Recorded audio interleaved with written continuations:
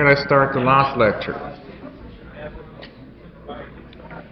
We only have one little thing to tie up the ends, which is the Stokes Theorem. So I'll basically go over it and then one example, and then we'll have some reviews here, okay? Okay, so we started with the Stokes Theorem at the end of the lecture, previous one. Just a quick review on what Stokes Theorem is, okay, and when do we use it. Okay, so here's the definition. So it's often helpful you just read the definition a couple of times, okay, before you start to apply it. Definition says, giving a surface S, so it's a smooth surface, and it's bounded by a curve C, okay. Then the line integral over this closed curve C is the same as the surface integral of this quantity here, okay? Yeah, so that's basically Stokes Theorem. Okay, so the quantity on the right side here is the surface integral. You know, in general, we say the surface integral is f n hat dA. That's a typical surface integral definition here, right?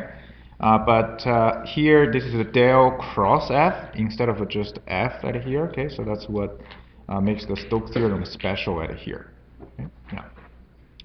Okay, so one of the number one thing that you got to be careful, or you need to be vigilant, is curve C and the surface S needs to be oriented compatibly. Okay, so that's something you need to bear in mind when you are applying this Stokes Theorem. So what does oriented compatibly means at here, right? Yeah, and we said they basically means the orientation of C and S satisfy this right-hand rule. Okay. So orientation of the curve C basically is indicated by the direction of the curve C, whether it's clockwise or counterclockwise. And orientation of the surface S is given by its n hat, right? So essentially, the right-hand rule here is to satisfy this orientation, the direction C and n hat. There are different ways of applying the right-hand rule. There are simple ways, just like this one here. You know, if first of all, here, let's come back to the definition here. It says surface S is bounded by curve C. Now, topologically speaking, I mean, if you have a surface, okay, you have a surface, then you definitely will have a boundary, right? And it's gonna be a closed boundary. Given a surface, and given a smooth surface, it's going to be a closed boundary here. And this is why you see the line integral here. This is a closed loop C circulation, right? Line integral. So if the other way around, if you say, okay, I have a boundary C, I have a boundary C here, okay? So how many surfaces will share the same boundary? How many surfaces can you construct that share this boundary C? 2? 3?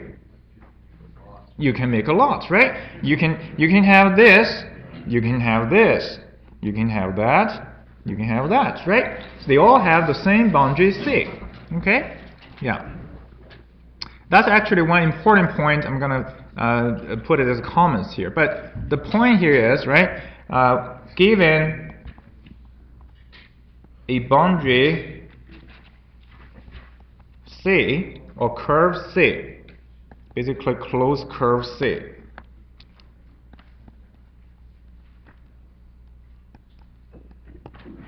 Okay. As we figure out, there are infinite number of surfaces, right? Can have this boundary, the same boundary C.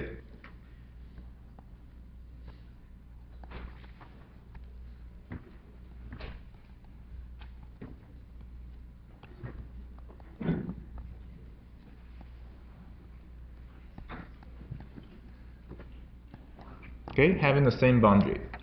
Okay. So now let's go back to this orientation idea, and then we'll extend this bullet points a little bit more here, okay? So right hand rule, I think we practice a little bit. For this particular one here, all you can need to do is you can curve your finger, right? That's the direction of the curve C. That's how the curve C is going, the direction clockwise, counterclockwise, right? And the thumb in here is the n hat, so they are compatible, right? So in this first case, so the n hat for the curve C, if this is the curve C, the n hat should be chosen pointing upwards. Okay? Yeah. You can't choose n hat downwards. Okay.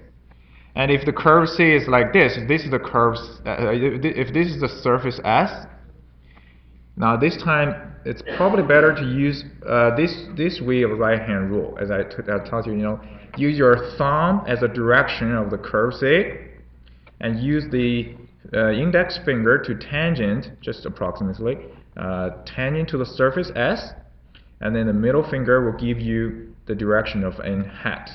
Okay? Yeah. Right? So in this particular case, as you can see, the middle finger n hat should point this way here instead of pointing down, right? So you shouldn't be this one here. Okay? So then this n hat and this C direction is what we call, they are oriented compatibly. Right? Yeah. So I'll show you another one just shortly here, okay? So basically, it's still a right-hand rule.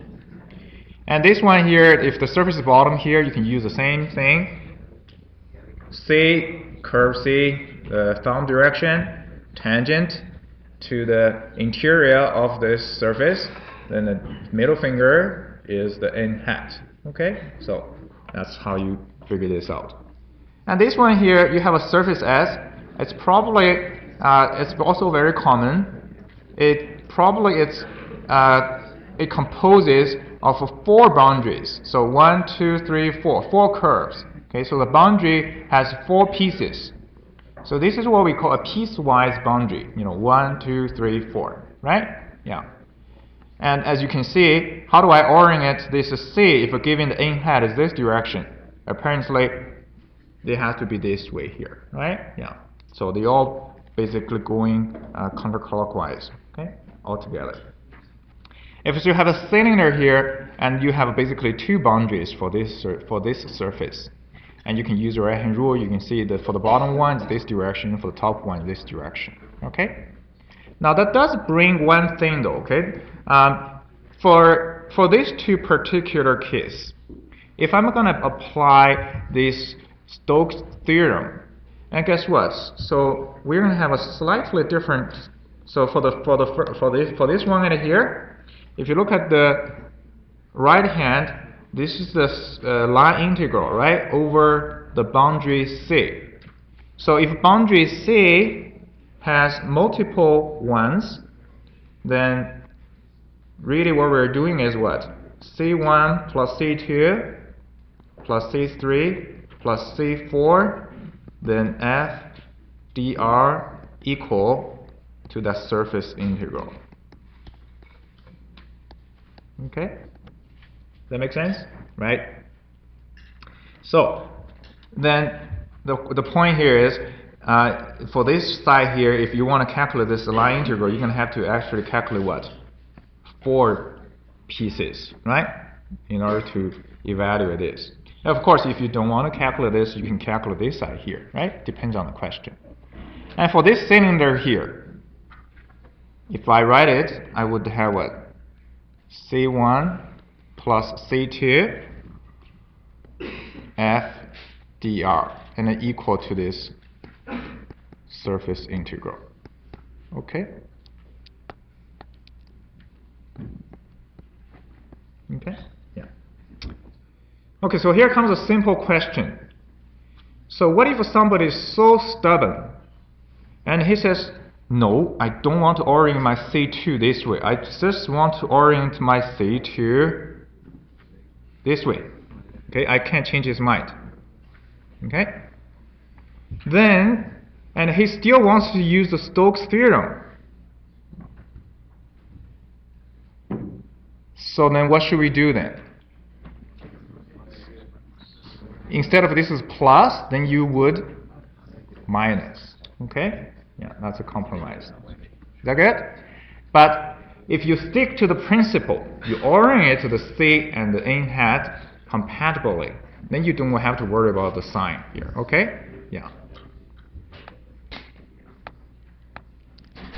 Okay, so that's the orientation-wise, all right? Yeah. Now let's come back to these bullet points here. I said, you have a boundary C given, then there are infinite number of surfaces share the same boundary. Basically, the point here is this. Maybe the sample question is like this, right?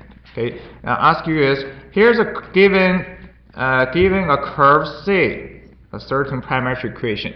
Okay, then given a vector field F. So the question is, evaluate this guy.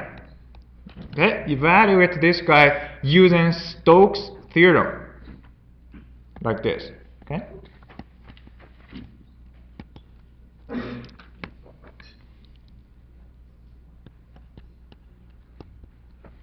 So if you read the language here, it says evaluate this using Stokes theorem. It didn't just say evaluate this line integral. Okay. So actually, what does this question mean? It means it doesn't want you to calculate this line integral as you learned, in the previous lectures, right? It actually wants you to what? To do this side here, okay? Yeah.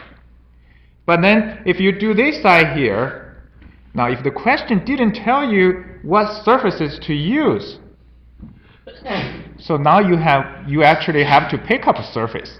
Does that make sense? Right? So for example, if this curve C, if I give you the curve C is, let's say, curve C is this, x squared plus y squared equal to 1. This is a curve C. And the CCW, counterclockwise. Okay? So, what surface would you use in order to evaluate this using Stokes theorem? This is a C. Pardon me? Disk. Right? As simple as what? You can use, this is the surface here. Right? This is a surface. Okay? Yeah. Does that make sense? Yeah. So, of course, if you want to say, oh no, I want to use something else. I want to use, I'm going to construct myself a surface. And this side of surface is z equal to x squared plus y squared. What's this? Oh, sorry, minus, yeah. Okay, so that's also surface bounded by this curve C, right? Yeah. So in this particular case, of course, you can use this surface too, right? Now, if the question specifically said this, here is surface S. Okay, here's surface S. Evaluate this using Stokes theorem. Then you would use this one here. But however, if you see the shortcut here, I think this is more complicated than this surface here. I would just rather use the bottom surface here. That wouldn't be wrong. Okay? Yeah. If you got it right, that wouldn't be wrong. Okay? Yeah. Okay? Okay, good. So basically, what I'm saying is, given this Stokes theorem here, the left side, this line integral, really we would call it, it's a surface independent here, okay? So it doesn't depend on one specific surface that the C bounds. It could have many other different, basic surfaces. They're all good, they're all okay. It's like a path independence, that concept. But here is a surface independent. Okay? All right, so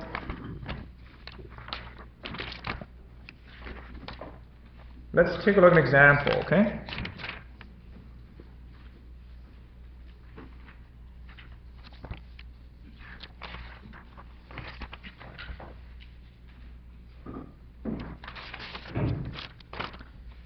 So I'll pick up this example here. I have at least 5 or 6 examples on Stokes theorem in lecture notes. I won't go over all of them, but you should take a look at all of them, okay? Yeah. I'll go over this one here.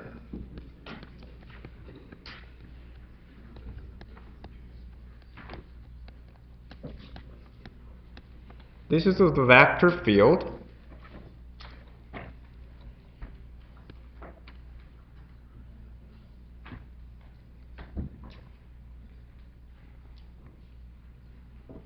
Okay. So we have a plane and here x plus y plus z equal to 1. All right? Yeah. So this surface, there's a curve C, which basically has 3 sections, 3 pieces. So C1, C2, C3. Okay? And it's oriented this counterclockwise, okay, if you look from the top. Okay? So the question here is evaluate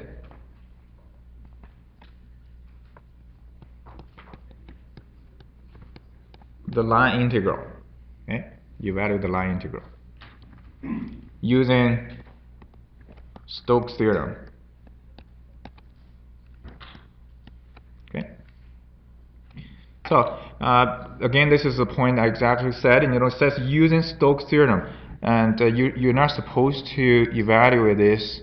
If you want to evaluate this, you're supposed to evaluate C1, C2, C3, and you add them together, right? And that's the line integral. Okay, but you're not supposed to do that way. Okay. So if I'm going to use the Stokes theorem to evaluate this one here, so the first question that should come into your mind is, what surface shall we choose, right? So we choose to do this integral, and that surface has to be bounded by this curve C, right? What surface shall we choose?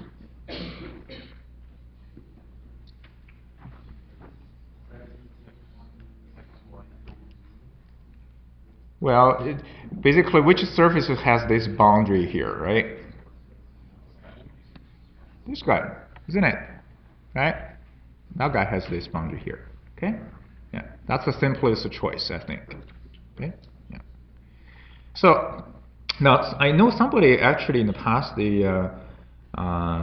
try this. You see the actually wouldn't be right. So they're able to say, oh, look at that triangle, this triangle, all together. That share the boundary C, isn't it, right? Yeah. But that would actually make it more difficult because you have 1, 2, 3 pieces of the surfaces there, right? Yeah. And instead of just one here, okay? Yeah. Okay, so if you're going to choose this surface here, now the next step is, what will be this orientation of that surface? In other words, what will be the n hat for the surface that you just chose here? Well, there are only 2 directions. One is going up, the other is going down. So use your right hand rule. It should be this way, or up, right? Or up. Okay. Okay. So now basically, I want you to follow the thoughts here. Okay. So this guy will equal to this S del cross F dot n hat dA. Okay. Good. So we figure out a couple of information now. We figure out the S we're going to integrate with.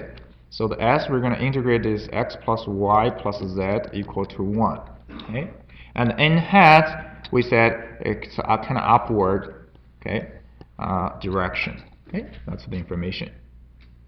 So the next piece of information you need to figure out is, how do we evaluate this guy here, right? So this del cross F is okay because the F is given, so we need to calculate del cross F. Okay. So let's do that. Okay, del cross F, that's easy one. You have the formula. Basically, you plug it into that determinant for 3 by 3 matrix. You will end up with this guy.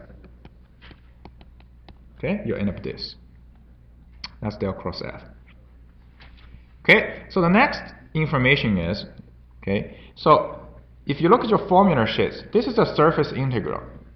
So the formula sheet, as I said, I'm going to test you 1, 2, 3, 4 different types. One is what? Spherical surface, cylindrical surface, a plane, but that's the plane parallel to xy, right? Or plane parallel to other planes. And what else? The explicit one, right? Okay, so then this is the time you're going to make a choice now. So which formula should I use? This is not a spherical, so I guess not. This is cylindrical, I guess not. And this plane is not parallel to anything. Explicit, right? So is it basically then the next question is that really an explicit surface? So you look at this one here, of course it is. So basically the surface is what?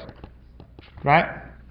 This is explicit. You can explain you can describe the z using a clean cut function. So essentially this is your f of what? Xy, right? This is your f of xy. So if you look at your formula sheet, I choose the explicit surface. Then I choose this upward direction. Then the n hat dA from the formula sheet is what?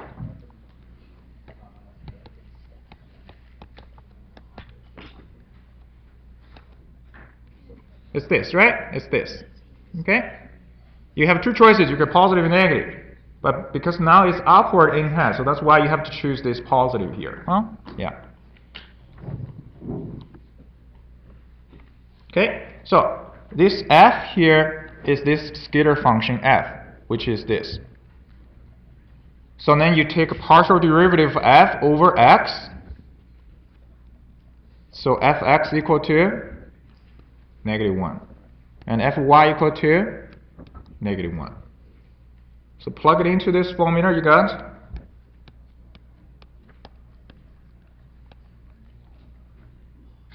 Was that good? Yeah. Okay, so that's n hat dA. And this is a del cross f. So then we're going to substitute everything into this surface integral. But before you do the substitution here, right, the dA at here, okay, is actually dx dy or dy dx. So there shouldn't be z in presence. But however, you look at this as del cross f, there's what? Z minus 1. So what should we do with the z? We replace the z with? Exactly. Okay?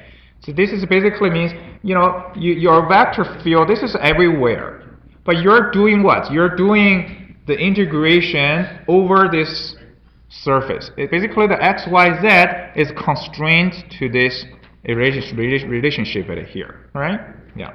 So this del cross f really is y minus x minus y minus 1. You know, so the y minus 1 cancel each other, so this ends up negative x negative y. Okay. Yeah. All right. So now my surface integral is this vector dot this vector.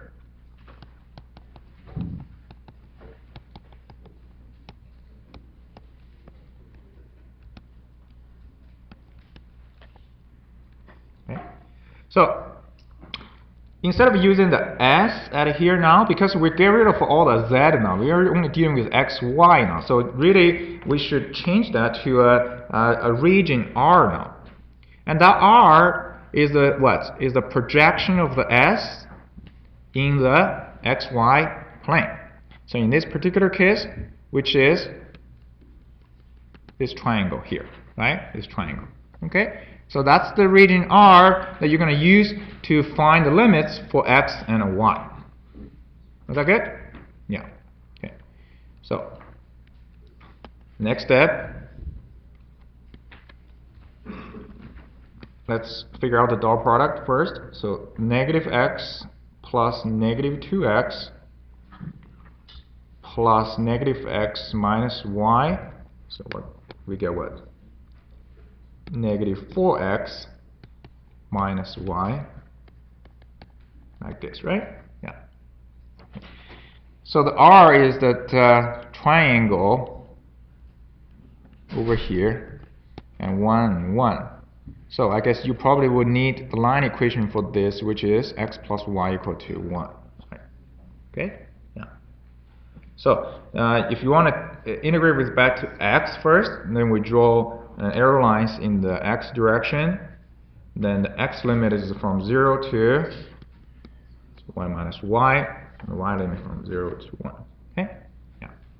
So that's it. That's the everything you need, and then the rest of them is pretty straightforward. Okay, you got this. Okay, and this is last year final exam. Okay. Yeah. And I actually went over this example in the class, I think, before the final exam. Sort of, you know. But still, there are quite a lot, actually. When you say quite a few. Still couldn't make this right. So, what I want you to basically, as I emphasize, is when you look at the formula sheets, right? As I said, this is what the thoughts you need to follow here. So, what's n hat? What coordinate system shall we use to evaluate this surface integral? Okay, yeah.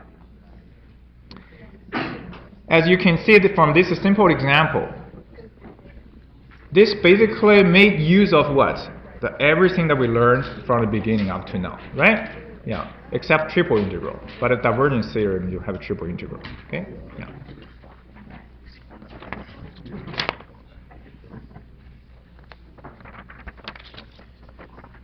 Okay, is that good?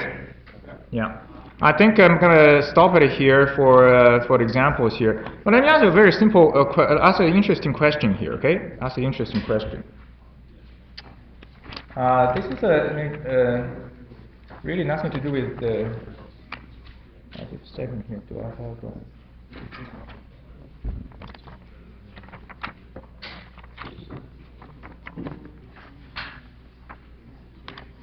Yeah, this was something I went over in the previous year exam jam here. It's also a question I've asked people who come here for interview.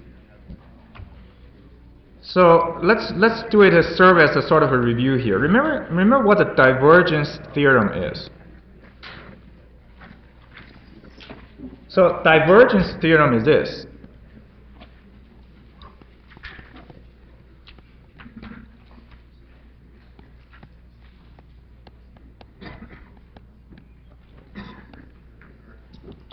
Okay, it's this guy.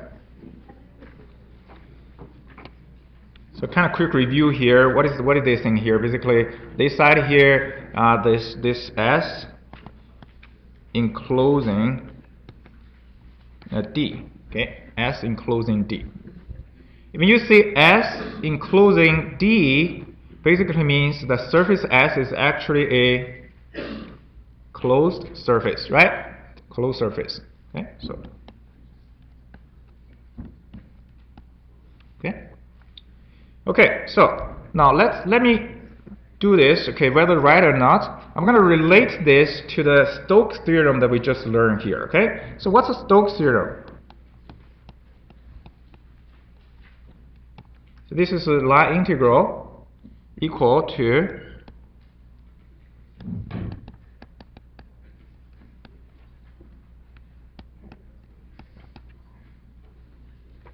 okay, is that good? Right, that's the Stokes theorem. Okay. So this equal to this. I mean, this here is actually a surface integral, right? Now I'm going to keep applying this. From here, I'm going to apply this divergence theorem to this side here. Right? Is that great? So how do I apply the divergence? So this surface divergence theorem. This is F here, right? This is F. But this F here and here is actually what? It's this quantity, right? It's del cross F. So if I keep applying this divergence theorem, what should be the next one? It's a del dot this F. So now it's a del dot what? That's right. Okay. And then dot n hat dA. That's right. And then dV, right? Okay. Yeah. Now, if you from here, if you do a calculation, okay, it doesn't matter what kind of a vector field f. You will find out. Actually, this is one assignment I used to give, but this year because I don't get here then. So for any, you can find this for any f, this del dot del cross f equal 0. You'll find this one equal to 0. You can prove that easily. Okay? Yeah. So what does that mean? Does that mean this guy equal to 0? So there's something wrong at here, isn't it, right? What happened? You know, I started from the Stokes theorem, nothing wrong, right? Nothing wrong here. And then from here I apply the divergence, and then I end up with 0. But that doesn't mean that the line integral is always 0, though, right? You know, that's not true. So what's wrong at here? There's something wrong, right? So this is basically, I want to emphasize the concept here when we figure out what's wrong. There comes some wrong, it must be from here to here. When we go from here to here, what happened? I actually already written on the board here. When we go from here to here, we didn't stick to one of the concepts for the divergence theorem. Closed surface, right? When you apply this to here, that surface S has to be a closed surface.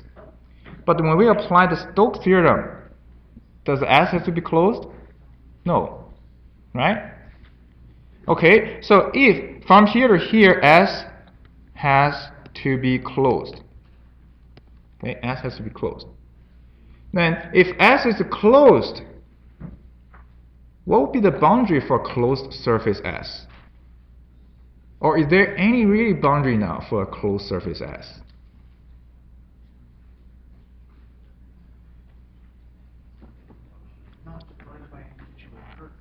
Not by individual curves. Oh, well, you have a closed surface. You have a sphere, right? What's the boundary for the sphere? What's the boundary curve for the sphere? No, that's not a boundary curve. That's a surface. My question basically, will we still have a boundary now if it's a closed surface like a sphere? No, which means the curve C is big 0.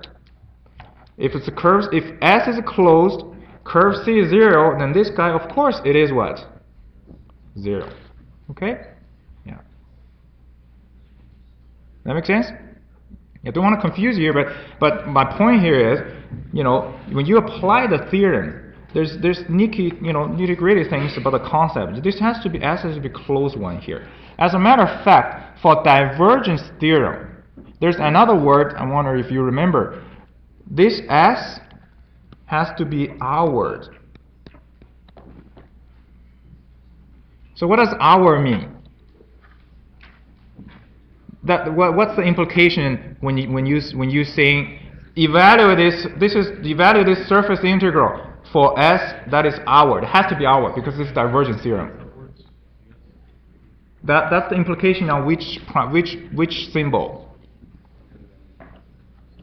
When you see outward, it's an implication on which one? On the choice of n hat. That make sense? One of the assignment question.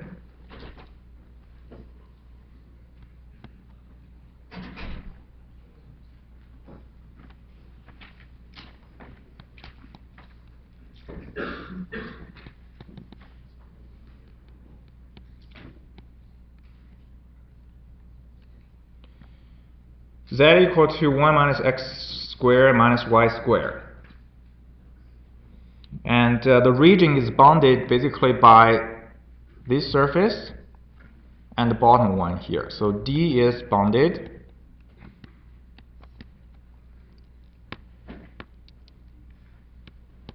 by Z equal to this and xy plane.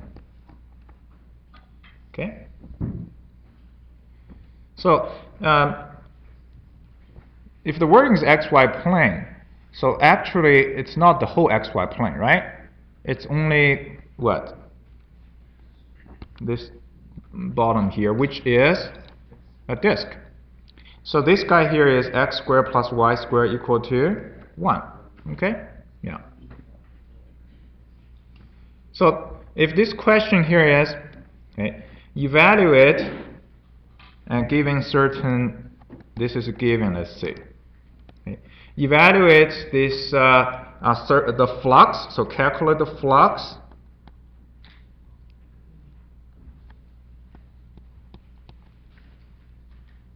Okay, calculate the flux using divergence theorem. So basically you're actually doing what?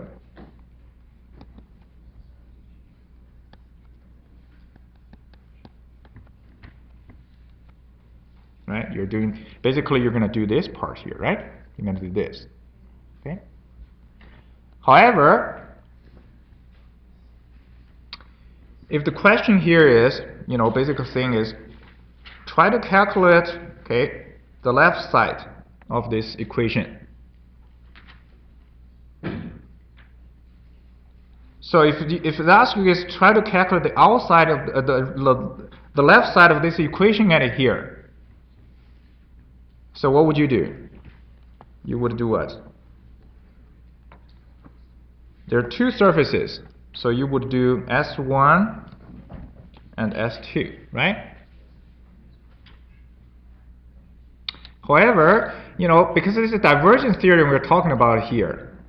So basically we're talking about this flux is actually, as I just said, it's what? The hour flux. If it is hour flux, so when you calculate the two surface integrals or the two flux calculation at here, let's say this is S1 and this is S2, okay? So the top one is S1, the bottom is S2. So S1 F dot n hat dA plus S2 F dot n hat dA. Okay? So suppose you know the F already, okay? The emphasis on the finding n hat. So for S1, what will be your choice of n hat dA? For S2, what will be your choice of n hat dA? So for this one here, so for S1, n hat dA will be what?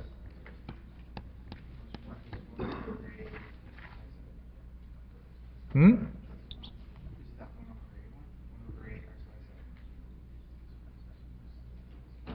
1 over A1. Oh, well, okay. So you're thinking what, the spherical coordinates? Yeah.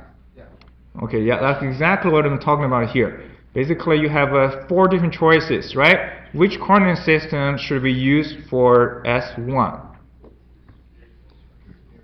Spherical? Explicit, yeah, sure, yeah, this is good, right? This is explicit here. Okay, you can choose explicit. But can you choose other than that though? Can you choose cylindrical? I think you can, right? If you choose cylindrical, basically that will change into 1 minus r squared, right? Yeah. Okay. But let's see if I choose explicit ones. And then what will be the n hat dA? Basically, should I use positive or negative here? Positive. So that would be negative 2x, negative, no, not negative. It will be what? Positive, right? Okay? Yeah. But would we be wrong, or would it be more difficult to use spherical coordinates? It would, yeah. You probably won't be able to get results out of it. Yeah. Okay. So what about this one here? What will be this n hat dA? Negative what? A hat? K hat. So in terms of the vector, in terms of vector would be what? 0, 0, dx dy. Okay? Yeah. Because this is outward, so for the bottom, so for this one here, this is n hat. For the bottom here, this is n hat. Is that clear? Yeah. Okay, so watch carefully with the wording, right? And be vigilant about the concept of the theorem that's applicable, the case that's applicable. Okay. So, anyway, let me do a quick review at it here. Okay. I wouldn't call it a full review, but I think I'm going to basically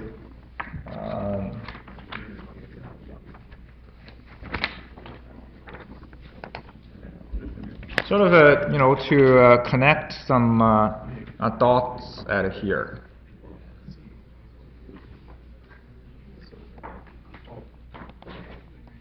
Okay, so I may not be able to finish this.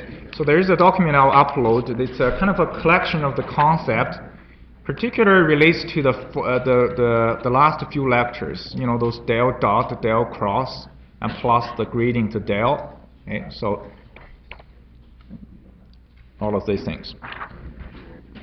But one thing that I mentioned in the class is your journey over calculus is this, right? It's this. And in particular, for this inverted triangle del, the notation for this is this. Okay? It's an operator. At the same time, it's like a vector there. Okay? That's a major difference. Previous one, those are scalars quantities. Okay? But it's a differentiation, or it's a differentiator. Okay? Just like this straight D and a curl D, it's still a differentiator. So it's all about, basically, as you can see, the matter how we apply this thing, right? And the first application of this is the gradient. Okay? The first application of this del is the gradient. So we use the gradient in the class two different ways. Let's say I have z equal to f of x, y. This is a surface. And I can rewrite this one into this same thing. But I can call the left side as wxyz, like this, right? Okay? So when we apply this del operator, then we said I can apply to get a del f. I can apply here to get a del w. So now you think about it, what's the difference between this del f and this del w? Superficial difference. Del f give you a vector in xy plane, and del w give you a vector in 3D space. Physical meaning though, what does physical? What about del f? What does del f mean physically? What does del w mean physically? Yes, direction of greatest increase. So what's this? This one is the direction of the greatest increase for what? For what? For, that's right. So this one here is a direction of greatest increase for which one? For the S at, yes sir. For the F at here. Okay? For the F. And what is F here? F is the surface, right? F is the first surface. But this one here, using the same wording, this is the direction of greatest increase for the W now, right? For W. Okay?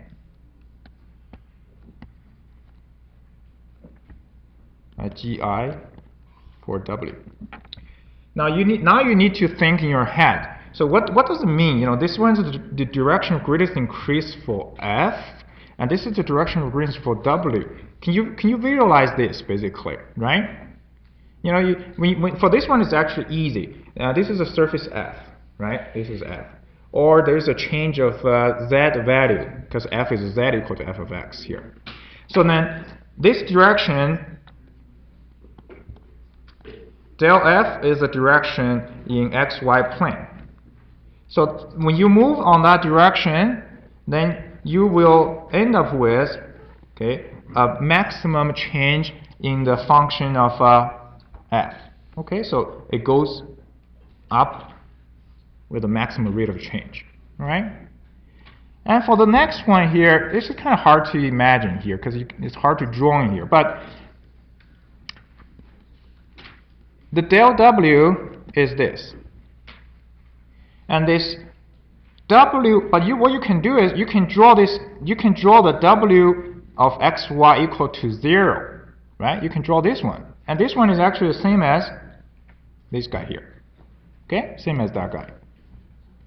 Okay. So technically, that I should draw it right on the surface at here. So basically, this one here means it's pointing to the direction of a greatest change of the W. You can visualize there are layers and the layers and the layers of like flower petals and going out in that direction of the del W. Okay, yeah, that's the direction of change, greatest increase of W. Okay, yeah, was that good? Yeah. The other thing that you also have to be clear is this. Del F is perpendicular to what? Del W is perpendicular to what? Which surface? To this surface, right? Yes. So del W is perpendicular to this surface. Okay? Yeah. What about this one? This one is perpendicular to what? Remember what do we call that?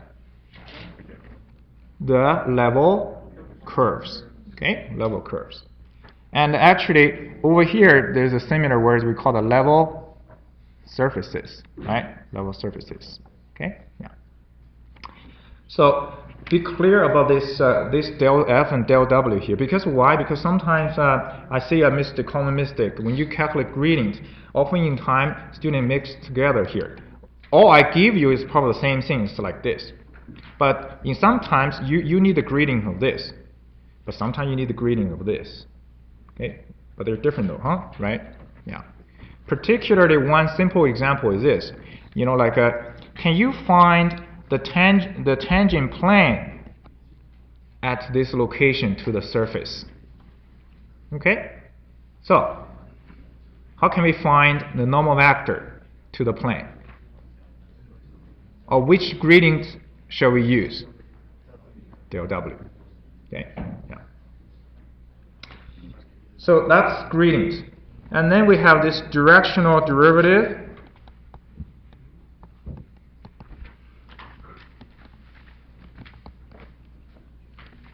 Okay. Okay, so directional derivative, often in time, what you focus on is only on this final formula of this one here, okay, of this. Okay. So here U hat is the direction, right? It's the direction. And here you have a derivative, basically. But it's not a regular derivative of df over dx or df over dy. It's a df over ds. So the ds basically is a very small displacement in which direction? In the U hat direction. Okay, that's the connection. So ds is small displacement,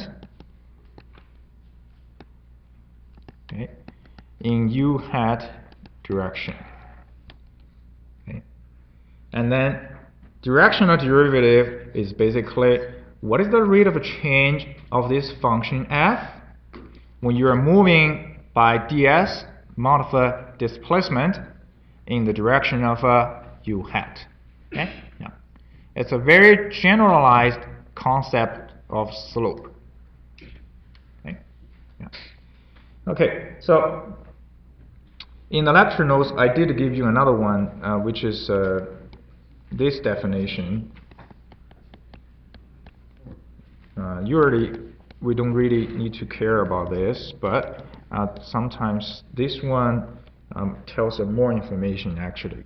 Okay, so if you look at limit set here, this is actually exactly what I just said. This is the rate of change of f.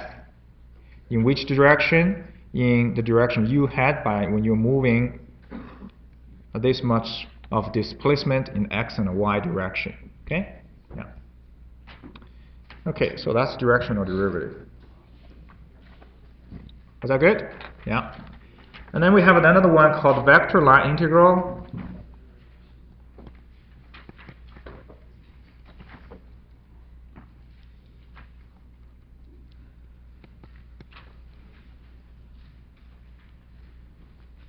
So this is the line integral here. So vector, I think we have another one at the front here. It's a t hat ds equal to this. Okay, yeah. So there are different appearance of the formula for the vector line integral, if you recall that. Okay, so very simple. Basically, this is what we call it's a circulation, right? Along circulation of what? Circulation of this vector field along the curve C. Okay, along curve C. So actually the key word is along this curve C.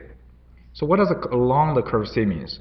That means the vector f is everywhere, but now your only care is along the C, because next step when you do this, you're gonna replace all the x, y, z in the f vector with what? With the parametric equation for the curve C, right? That's because of this along here. Okay? Yeah. And what I need you to basically, or after maybe several years, when people ask you what's a vector line integral, the idea is a circulation. Okay, it's a circulation concept. Okay, you don't have to remember this, but you should remember, oh, it's a circulation of this along something. Okay, yeah. So this brings us next one here. I'm not going in the order of the lecture here. Surface integral. Okay, surface integral. Surface integral, you integrate along the curve, along the surface S. Okay, like this, right? Yeah. This is surface integral. And we said the meaning of a surface integral is called flux. Okay, it's a flux. And the flux essentially, it means it's the amount of something passing through this surface S. So what is this something? That something is represented by the vector field F. Okay? Yeah. So how much of that thing passes through this surface S in unit time? That's the concept of flux. Right? Yeah, flux. So as we actually exercise here, basically it's a common concept for integral. If the integration is piecewise, let's say if s equal to s1 plus s2, all you need to do is you do it separately. Okay? Okay, do it separately here.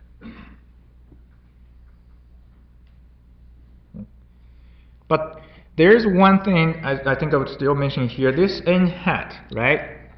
This n hat, this choice of n hat depends on the wording. If you remember, there's upward, there's downward, there's outward, okay, and there's inward. But right. So when you see this wording, that's your decision on this n hat. Okay. So what does upward mean? What does downward mean? What does outward mean? Right? Yeah. What does this implicate to the choice of n hat? Okay. So and then we have this Stokes theorem. So I'm going to connect some dots here. Okay. So C, F, dr, and del cross F. n hat dA, Stokes theorem.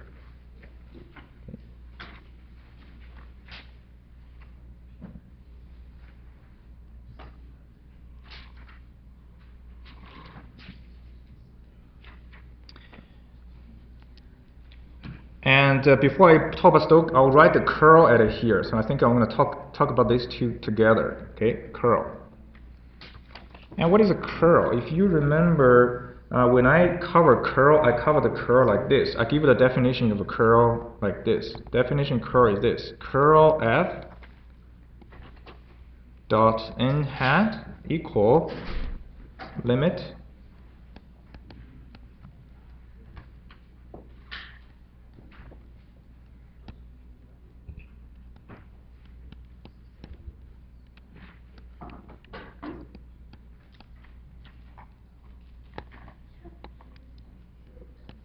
Okay. Now this is the definition of curl, and I presented here. Okay. Yeah. So when we talk about the curl, when you look at the definition here, so the numerator here, this is the circulation, right? This is circulation. This is the circulation around a closed curve C. Okay. Yeah. But closed curve C, you can close it like this, so there is always a orientation by the closed curve C, right? And that orientation is given by this n hat, okay? And divided by its area. So circulation divided by area. So we call that what? Circulation, what? Density. Yeah, circulation density. Okay, circulation density. Okay, so basically, let's connect these two things together here. Okay, if you look at these two formulas, what similarity do you see? Look at these formulas. First of all, what's over here? What is this quantity? What is curl F actually? Right? So, what do you have here? This is actually exactly is what? It's a circulation density, right? According to the writing in here. Does that make sense?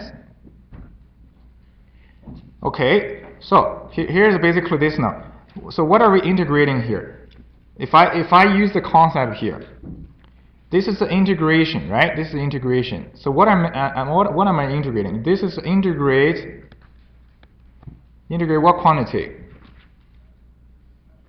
Integrate circulation density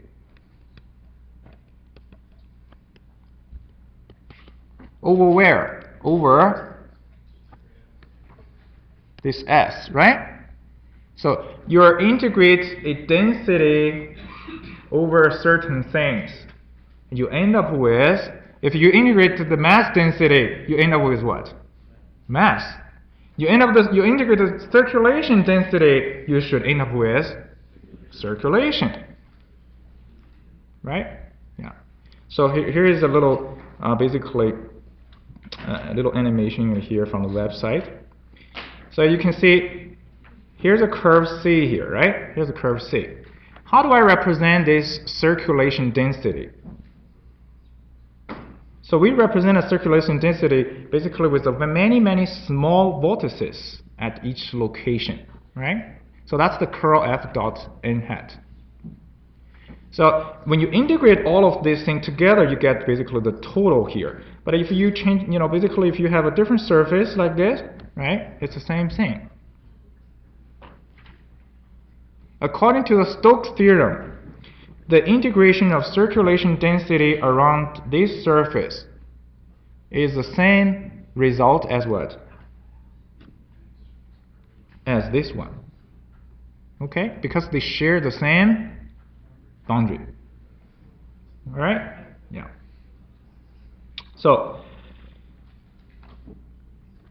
this is where I would see the other one of the right-hand rule in terms of this orientation of curve C. If you have a curve, if you have a surface, okay, if you have a surface S at here, if this is the direction of C, so what you can do is, if you say, okay, so what will be the n hat direction at this location for this surface S? So what you can do is draw a little circle, okay, and draw a little circle, and draw a certain direction for the circle. If you draw the circle like this, okay, with this direction, so curve your finger, right? Curve your finger, as you see, because this direction is confirmed with this direction of C here. So that gives you this n hat, okay? That's the right-hand rule. Can you see that? Yeah. So this is another way of applying this right-hand rule to get the proper compatibility between the orientation C and the surface S. Okay? Yeah. All right, so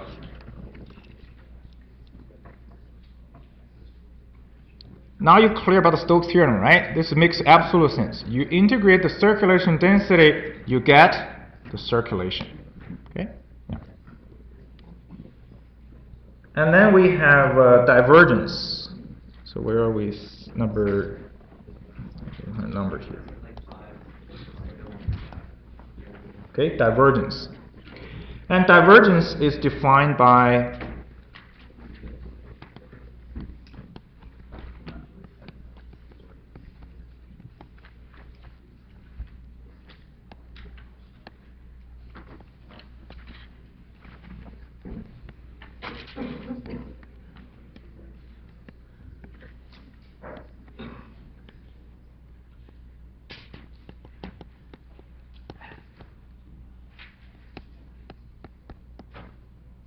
okay. So this is the definition of divergence. Okay. Yeah.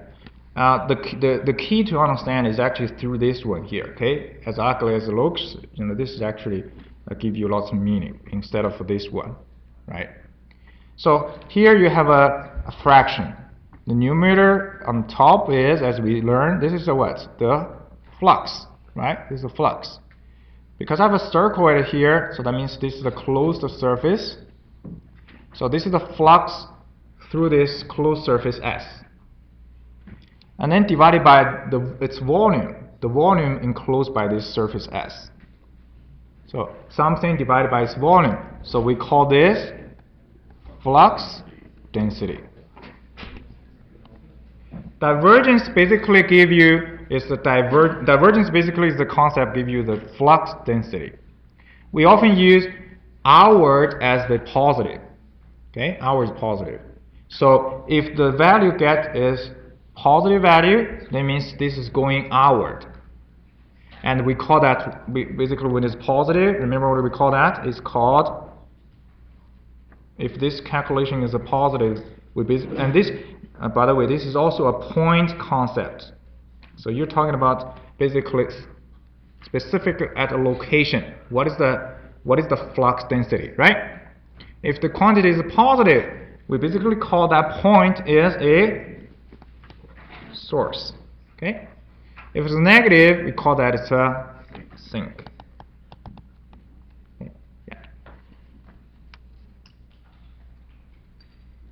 Okay. So from divergence, and then actually naturally that we have this divergence theorem.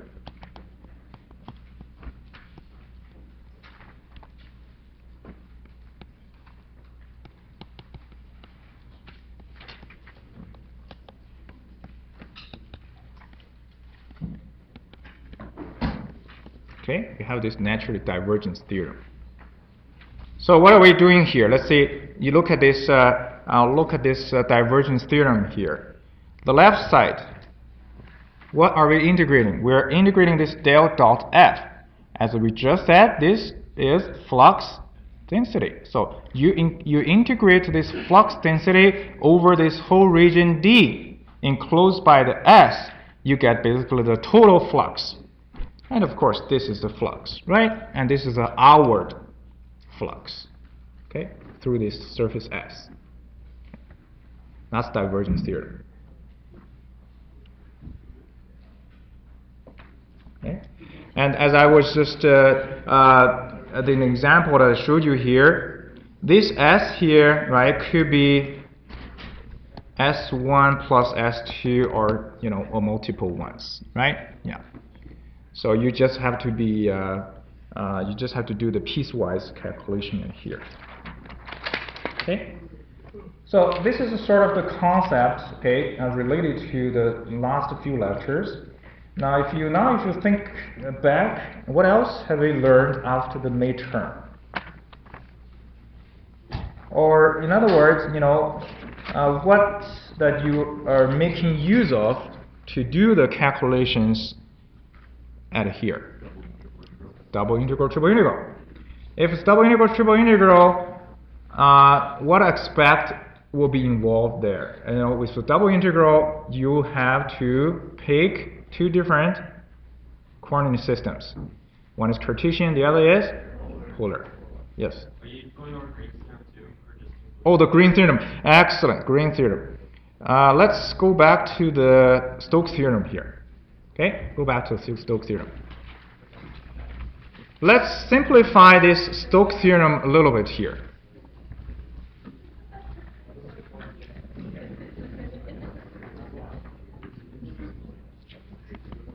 So if C is in xy plane, okay? If C is xy plane,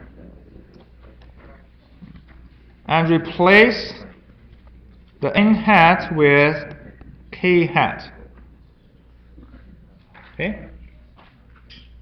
And f is just a function of xy only, let's say, okay?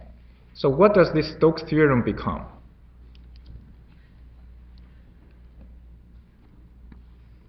What does the Stokes theorem become now? This side, I guess, formality-wise, there's no change, right? There's no change. And what does this become now?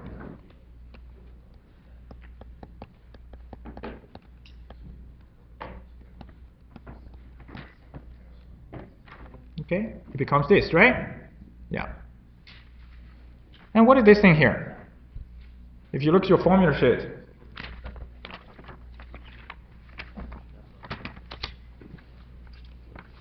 a formula here. Yeah.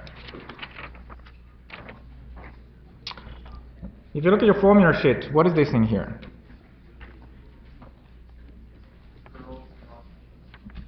This one. You look at your formula sheet. Or do you carry a formula sheet? Maybe not. This is a Green theorem. Okay, this is Green theorem. So what does that tell you? The Stokes theorem is basically a general case, and the Green theorem essentially is a special case of the Stokes theorem. So Stokes theorem deals with curve in 3D space, right? It could be any orientations. But Green theorem deals with a curve specifically in the xy plane. Okay? And sorry, this is not S that is here now. This is a region R, right? This is region R. Okay. Yeah. And R is the region enclosed by curve C. Okay. So now you see all the dots basically is connected. But in order to do all of this, right? The foundation, as we just saying, what's the foundation here to build up to this stage? The foundation is vectors concept. Do you know how to do a dot product? Do you know how to do a cross product? Can you do a vector addition, or a vector subtraction? So those are foundations. And you also have this double, triple integrals. Okay. So in order to do this, you're going to have to be comfortable with different choices of coordinate systems, right? Yeah. So how do you find the limits if you decided on a coordinate system? What's the step to go through to find the coordinates? Exactly, right? Depends on what choice you have. Huh? Yeah. There's just a food for thought. Okay, we're not going into details. Now, what else do we need? if you look at the cross product del cross f or del dot f, you need what? Partial derivatives. So that part we're not going to test specifically now, but you do need to know how to calculate those partial derivatives, right? Yeah. Okay. And there are side dishes, derived from partial derivative and the directional derivative. So I didn't do it here. Which is what? Which is what's the mean? What's the max? What's the constraint mean and the max under constraint condition? Okay. Yeah. How do you apply the Lagrange multiplier? So those are not directly related to the surfaces or integrals, but these are related to partial derivatives, right? Yeah. Okay. So and there's also another one. When you need to know how to parameterize simple curves, a straight line going straight up or going straight down or whatever. So what's the x component? What's the y component? What's the z component? Right? What's the range for the parametric equation? The t goes from where to where? Okay? So those are essential, the foundations that you need to evaluate those things correctly. Okay? So you think about that, there's not too much actually, basically 20 minutes, that's it, right? So I think I'll stop it here. Pretty much that's all we learned. Tomorrow I'm actually not gonna be here. Tomorrow I have to go to Vancouver for engineer open house. As I posted a notice on the Connect to make up tomorrow's absence, so I'm gonna come here on Sunday. Not doing anything special, just for questions and answers. All right. So I'll be in the 0 foyer. If 050 is not used, I'll be in that classroom. So anyway, you should seriously start preparation. Email me if you've got questions. Okay, so good luck.